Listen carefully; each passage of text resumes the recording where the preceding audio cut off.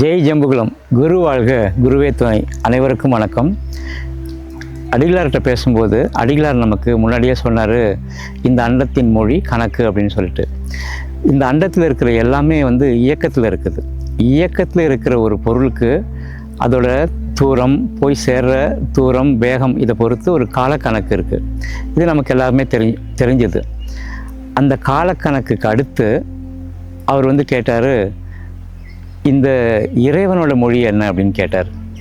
இறைவனோட மொழி என்ன அப்படி. நான் தமிழ், சமஸ்கிருதம், ஹீப்ரு, அராமிக், இந்த மாதிரி பல மொழிகள் இறைவனை பற்றி எழுதியிருக்காங்க.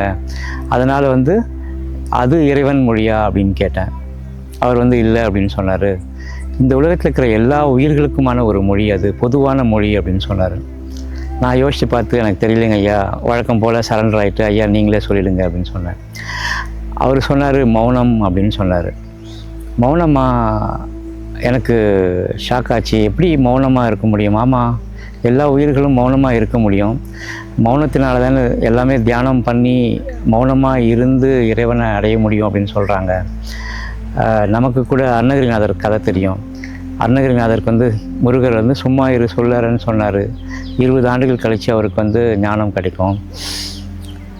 அடடா, எவ்வளோ அருமையாக இருக்குது, இது நமக்கு புரியாமல் போச்சே அப்படின்னு சொல்லி ரொம்ப வியந்தேன்.